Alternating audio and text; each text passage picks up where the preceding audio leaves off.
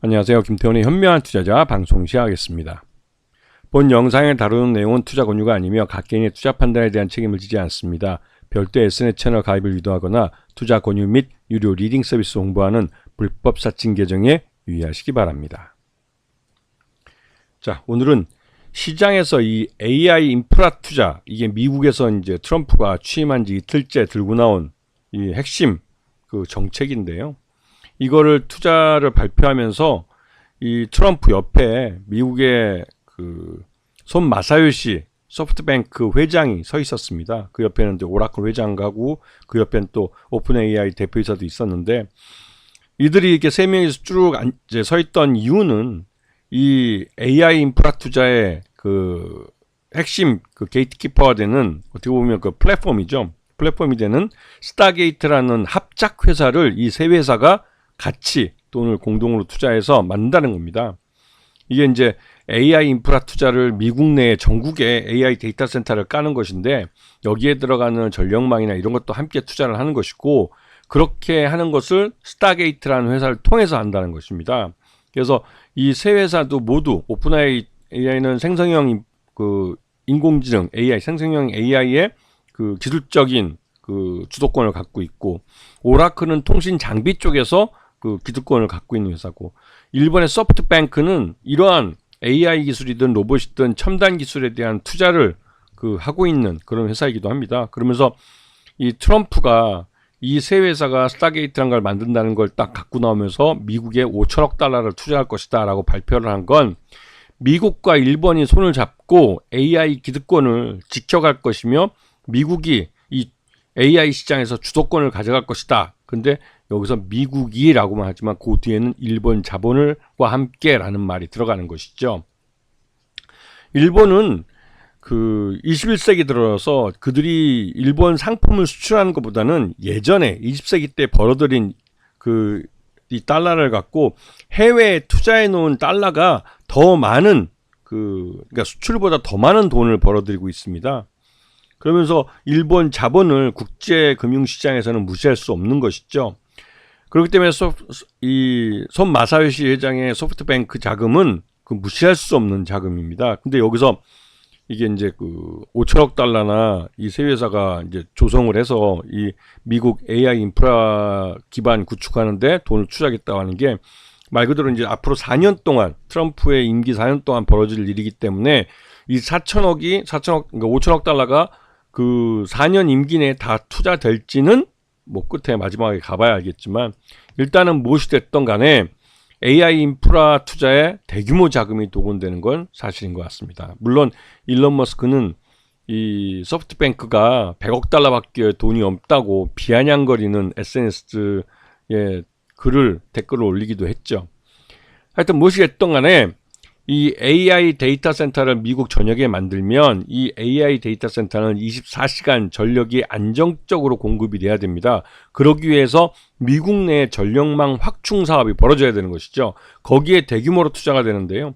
일단 기본적으로 AI 데이터 센터에서는 그 에너지원을 친환경 정책, 그러니까 친환경적인 방법으로 만들어낸 그 태양광이나 풍력이나 이런 그 신재생 에너지로 그 에너지원을 쓰도록 되어 있습니다. 그런데 사실 태양광 같은 경우는 낮 시간에 해가 뜰 때만 전기를 만들어낼 수 있고, 그 이후에 저녁 시간에는 낮 시간에 만든 전기를 갖고 ESS 에너지 저장 장치를 통해서 그 안에 넣어놨던 거를 저장해 둔 걸 꺼냈어야 됩니다.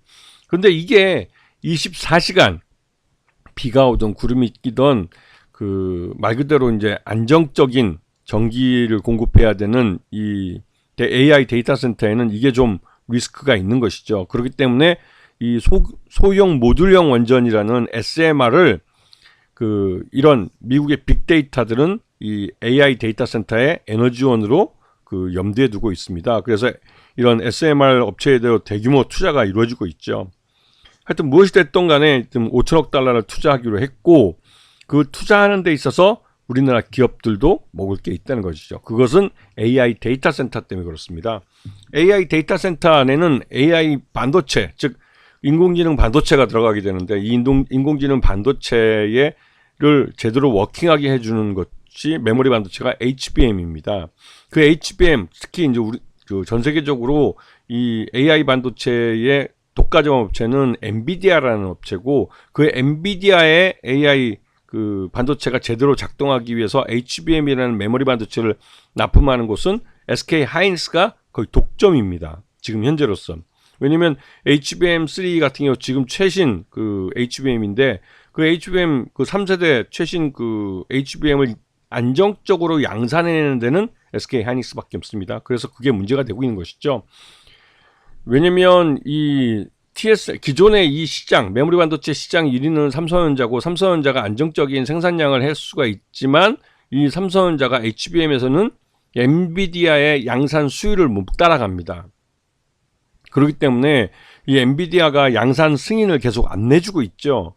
그러다 보니 삼성전자는 아싸리 그냥 HBM4로 4로 그냥 뛰어넘으려고 합니다. HBM3로까지는 SK 하이닉스의 주도권을 인정을 하고, 아싸리 그 HSM3E를 건너뛰고 그 HBM4로 그냥 아예 넘어가려고까지도 지금 준비를 하고 있습니다. 왜냐면 지금 엔비디아도 삼성전자가 그 자기네 그 HBM 그 공급망에 좀 들어와 주길 원하는데, 그래야만 SK 하이닉스도 지금 생산량이 부족해서 항상 쇼테이지 나기 때문에 SK 하이닉스가 원하는 가격대로 납품을 받을 수밖에 없습니다. 그렇게 되면 그 엔비디아 쪽에서도 솔직히 좀 이 비용을 낮추지 못해서 좀 문제가 되고 있는 것이죠. 근데 여기 보시면 아시겠지만 이 반도체 장비 중에 이오테크닉스라는 레이저 업체가 있습니다. 이 레이저로 커팅도 하고 레이저로 천공도 하고 다양한 기능을 하는 이 업체인데요. 레이저 기술을 갖고 있고, 근데 이 이오테크닉스라는 회사가 이런 그 HBM 쪽에서는 이 HBM을 여러 장을 쌓아놓고 있는, 여기서 이제 이거를 절단을 할 때 일반적인 드릴이나 이런 걸 사용하면 이 미세한 이 공정에 오염 물질들이 아주 넘쳐흐르죠. 하지만 이 레이저를 사용할 경우에는 순식간에 그걸 잘라낼 수도 있고 굉장히 고속으로 이 커팅을 해낼 수가 있습니다. 이 공정의 편의성도 굉장히 높은 것이죠. 효율성도 높고. 그래서 이오테크닉스의 커팅 기기가 2025년에 많이 그 수요가 생길 것으로 생각되고 있고, 그에 따라서 실적도 이오테크닉스는 올해 2025년에 굉장히 좋아질 것으로 예상되고 있는 그런 상황입니다. 그래서 지금 AI 반도체를 만드는데 한국의 반도체 장비와 반도체 회사들이 여기에 협력하고 있기 때문에 그 수혜를 받을 가능성이 크고, 미국이 말 그대로 전국에다가 AI 데이터 센터를 만든다면 여기에 들어가는 반도체 양이 어마무시합니다. 그래서 그 반도체들을 생산하기 위해서는 국내 이 반도체 장비 업체들도 장비들을 많이 만들어낼 수밖에 없는 것이죠.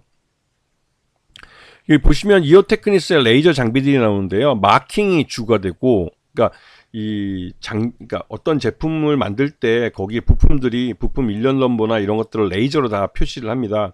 순식간에 거기다 이제 레이저로 태우는 거죠. 겉표면을 태워서 그 회사의 이런 이 부품의 뭐 이름이나 뭐 로또 번호 이런 것들, 이력을 추적하기 위한 이런 기록들을 표면에 남기는 겁니다. 이걸 이제 마킹 작업이라고 하는데요. 이것도 하고, 또 요즘 HBM에서 유명해진 건 이 커팅입니다. 이 커팅이 이 반도체 기판을 여러 개 이제 그 반도체를 쌓아놓은 적층을 하다 보니까 이 적층에서 그 표면에 불필요한 부분을 잘라낼 때 이거를 일반 드릴을 사용하면 그 오물들이 너무 많이 발생하는 거예요. 그리고 이제 미세한 이 반도체다 보니까 이게 오작동을 일으킵니다. 그래서 아싸리 여기다가 이 커팅 기기, 레이저 커팅을 사용하는 것이죠. 물론 일반 이 드릴링이나 이런 걸 사용하고도 훨씬 빠른 속도, 공정 속도가 굉장히 빨라지는 겁니다.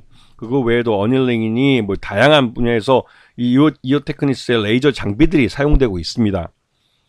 그래서 지금 보시게 되면 이오테크닉스의 레이저 커팅 장비가 2024년을 기점으로 해서 2025년에 확실하게 많이 사용될 거라고 예측이 되고 있는 그런 상황이죠. 자, 그리고 실제로 이제 그 레이저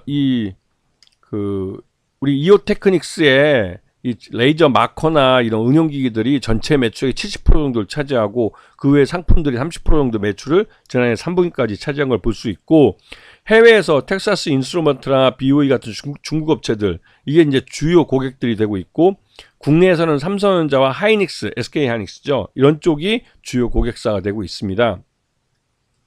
그래서 지난해 3분기까지 실적을 보면 매출 외형도 증가하고, 영업이익도 뭐 영업이익은 소폭 줄어들긴 했지만 그래도 이 정도면 선방을 한 거고요. 단기순이익은 재작년보다 좀 많이 줄긴 했습니다. 그렇고 최대주 특수관계인 포함한 31.06%로 경영권은 굉장히 안정되어 있는 모습을 보여주고 있죠. 그래서 이오테크닉스 같은 경우는 전체적으로 우리 시장에 대한 저평가 때문에도 이 실적이 괜찮은데도 양호한 편인데도 불구하고 반도체 전반에 걸쳐서 주요 고객사인 삼성전자나 SK하이닉스가 좀 어려운 면에 처해 있다고 해서 주가가 많이 흘러내렸는데요. 그랬다가 작년 11월 29일 날 11만 3,500원을 저점으로 찍고 그 이후로 반등하는 모습을 보여주고 있습니다. 그래서 최근 들어서 올해 들어와서 새해 들어와서는 2025년 들어와서는 확실히 실적이 좋아진 실적을 주가에 반영하는 흐름을 보여주고 있고 지난해 3분기까지 실적이 한 20만 원 정도 예상되고 있기 때문에 이 실적을 주가에 반영하는 흐름을 보여주고 있습니다. 그리고 올해 이 레이저 커팅 쪽에서 이제 확실히 그 수요가 많이 늘어날 가능성이 크기 때문에 HBM 기술이 발전하고 또 삼성전자도 어떤 식으로든 올해는 엔비디아양 그러니까 엔비디아양 HBM을 양산을 할 가능성이 크기 때문에 이 이오테크닉스의 레이저 커팅기에 대한 수요가 늘어날 수밖에 없는 그런 상황이기도 합니다. 근데 이런 면들을 반영을 해서 이오테크닉스의 올해 실적은 굉장히 좋아질 것으로 예상이 되고 있고 작년 실적을 놓고 봐도 현재 주가는 저평가되어 있는 상태이기 때문에 이러한 실적을 주가에 반영하는 흐름이 올해 나타날 가능성이 큽니다. 그래서 이 반도체 쪽을 좀 관심권에 두고 보셔야 할 타임이라는 것이죠. 아시겠죠? 자, 오늘 방송 여기서 마치겠습니다. 감사합니다.